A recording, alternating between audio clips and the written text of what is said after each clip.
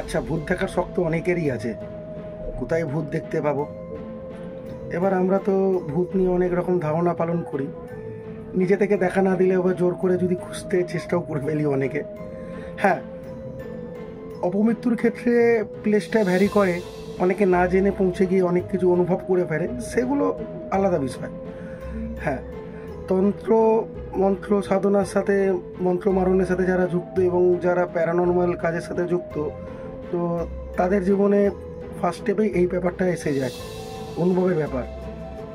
সবই তো শক্তি, vibration, energy, positive আর negative.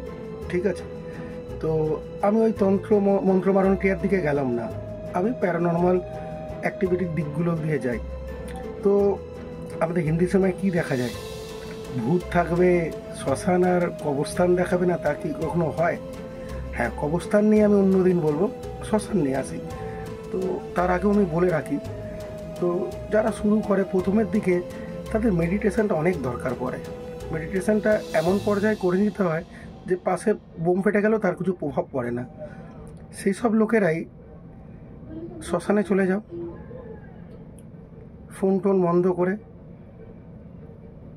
2:30 থেকে 3টের মধ্যে মেডিটেশন শুরু করো, ধ্যান করো, দেখো কত কি বুঝে যাবে, অনেক কিছু বুঝে যাবে। কিন্তু বি প্রিপেয়ার্ড, যে কেউ যেন না করতে চায়, জোর করেও যেন দেখা করার চেষ্টা না করো। তাই প্রফেশনালদের মধ্যে বলছি কীভাবে তারা শুরু করে।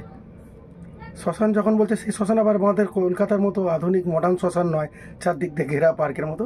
হ্যাঁ, এরও ইন্টেরিয়ার গ্রামের শ্মশান, চারদিক দিয়ে খোলা। এইসব শ্মশানে গিয়ে ফোন বন্ধ করে বহির্জগতের সাথে পুরো আলাদা হয়ে একযোগে মেডিটেশন করো, রাত্রি 2:30-3টে, অনেক কিছুই বুঝতে পারবে। ভাইব্রেশনের মধ্যেই বুঝতে পারবে বা অবয়বের মধ্যে বুঝতে পারবে, কিন্তু বুঝতে তুমি পারবে। নমস্কার।